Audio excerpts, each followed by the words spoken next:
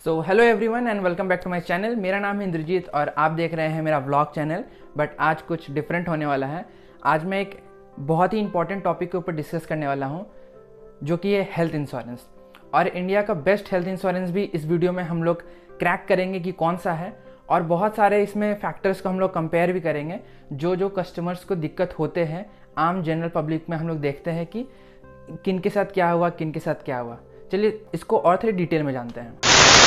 पहला पॉइंट, हम लोग बहुत बार सुने हैं कि कोई इंसान का हॉस्पिटलाइजेशन हुआ, अब बिल आया सपोज 5 लाख रुपीज़, बट उस 5 लाख रुपीज़ में 1 लाख रुपीज़ कस्टमर को पे करना पड़ रहा है एंड बाकी का 4 लाख रुपीज़ कंपनी पे करती है। ये अक्सर देखा गया है कि कंपनी फुल पेमेंट नहीं करती है। एक्चुअल में जो 1 लाख रुपए देना पड़ रहा है कस्टमर को, ये ऑलरेडी बॉन्ड में लिखा रहता है। ये गलती कस्टमर का है और साथ ही साथ एजेंट का भी है, जो पॉलिसी बेचने टाइम ये सब चीज़ नहीं डिस्क्लोज करते हैं। इसे कहते हैं को पेमेंट।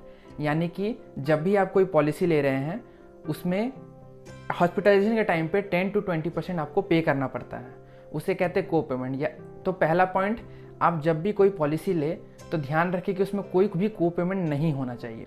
तो चलिए अब क्या होगा, अगर किसी ने पॉलिसी लिया, फुल क्लेम आया, कंपनी फुल सेटल करेगी। लेकिन उसके बावजूद भी कभी कभी देखा जाता है कि 5 लाख रुपए का क्लेम आया अगेन, और उसमें 20 से 25 हज़ार रुपये कस्टमर को फिर भी पे करना पड़ रहा है। अब ये क्या बला है? तो एक IRDA का एक टर्म है जिसे कहते हैं नॉन कंज्यूमेबल आइटम्स। तो कुछ कंपनीज की जो पॉलिसीज़ है वो नॉन कंज्यूमेबल आइटम्स को कवर नहीं करती है। नॉन कंज्यूमेबल आइटम्स क्या होता है? जैसे सिरिंज हो गया, ग्लव्स हो गए, सर्जिकल बैंडेज हो गए, कॉटन हो गया, और भी बहुत सारे ऐसा चीज़ है जो कि नॉन कंज्यूमर आइटम्स के अंदर आता है। तो आपको वो कंपनी कंसीडर करना है जो कि नॉन कंज्यूमर को भी कवर करती हो, क्योंकि अगर 1 लाख का भी क्लेम आता है तो उसमें भी 5 से 10 हज़ार का नॉन कंज्यूमर हो सकता है। इन केस किसी का एक्सीडेंट हो गया, हाथ में प्लास्टर हुआ, रड वगैरह अगर लगा है, तो वहाँ पे भी नॉन कंज्यूमर बहुत ज़्यादा हो सकता है। तो पहला हम लोग ने जान लिया कि कोई को पेमेंट नहीं होना चाहिए। दूसरा, नॉन कंज्यूमर आइटम्स को भी कवर करने वाला पॉलिसी होना चाहिए। अब तीसरा, मान लेते हैं कि आपका एक परिवार है 2+2 का, 2 एडल्ट 2 बच्चे, और आपने सपोज पॉलिसी लिया हुआ है 5 लाख रुपए का। अब होता क्या है, परिवार में 4 लोग हैं। अगर किसी एक को बीमारी हो गया कुछ, और वो सारा 5 लाख रुपए अगर उनका में ख़त्म हो जाते हैं, अगर किसी दूसरे मेंबर का हॉस्पिटलाइजेशन होता है और उसमें भी अगर 2-3 लाख का भी खर्चा हो, तो वो कौन बेयर करेगा? कंपनी का तो 5 लाख का इंश्योरेंस था जो कि एक मेंबर ने कंज्यूम कर लिया, तो दूसरे में क्या होगा? आपके जेब से लगेगा।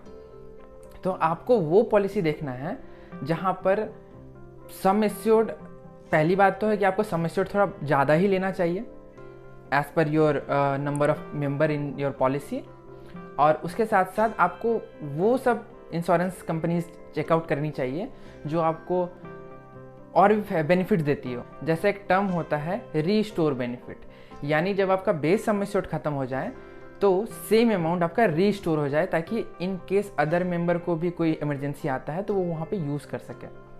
तो ये हो गया तीसरा पॉइंट। अभी आप लोग के माइंड में चल रहा होगा ऐसा कोई पॉलिसी है कंपनी जो ये सारा चीज़ देती हो, तो उस पर भी हम लोग आएंगे धीरे धीरे।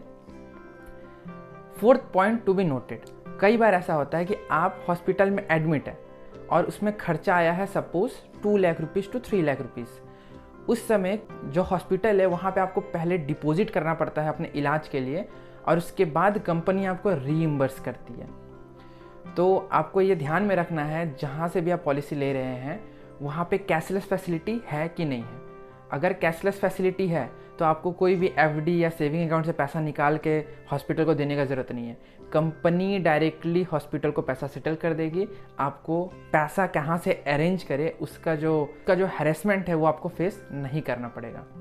अब आते हैं हम लोग अपने 5वें पॉइंट पे, जिसे कहते हैं सेम पर्सन सेम डिजीज़।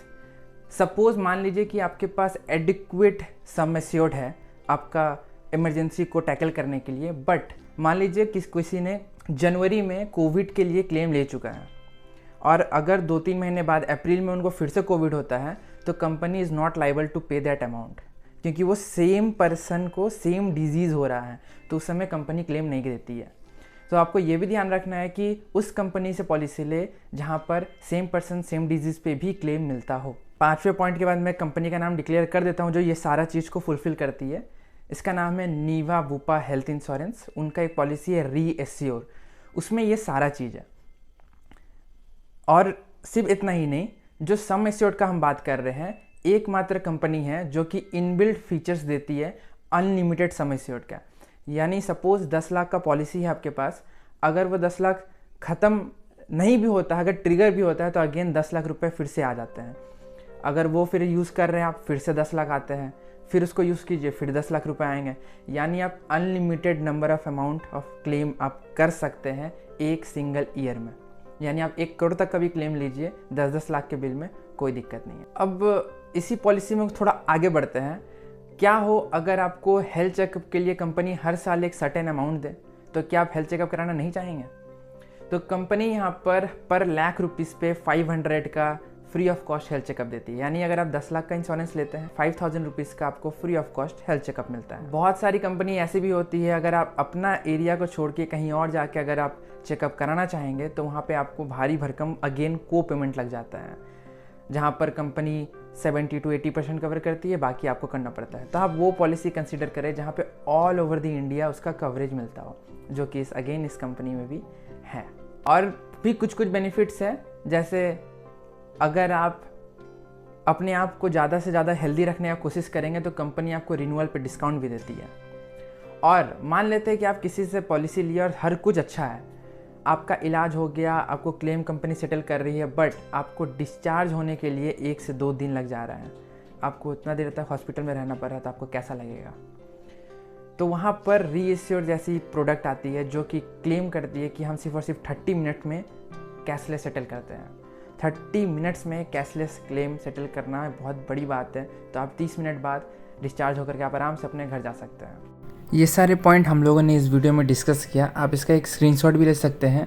और एक जो पॉइंट मैंने मिस कर दिया, जो कि मैंने एंड में लिखा है, there should be no capping in room rent. अगर आप किसी भी हॉस्पिटल में एडमिट हो रहे हैं तो वहाँ रूम का कोई भी कैपिंग नहीं होना चाहिए उस पर्टिकुलर पॉलिसी में। अगर कोई और पॉइंट मैं छूट रहा हूँ या कुछ इंपॉर्टेंट है तो आप कमेंट में मेंशन कर सकते हैं। अगर आपको ये पॉलिसी लेना है तो इस नंबर पे डीएम भी कर सकते हैं, और भी कोई जानकारी के लिए आप संपर्क कर सकते हैं। सो आई होप आपको अच्छा लगा, ये वीडियो इन्फॉर्मेटिव लगा होगा। सो फिर मिलते हैं किसी एक नई वीडियो में, और कोई भी डाउट होगा आप कमेंट कीजिएगा, उसके ऊपर मैं फिर से वीडियो बना दूंगा।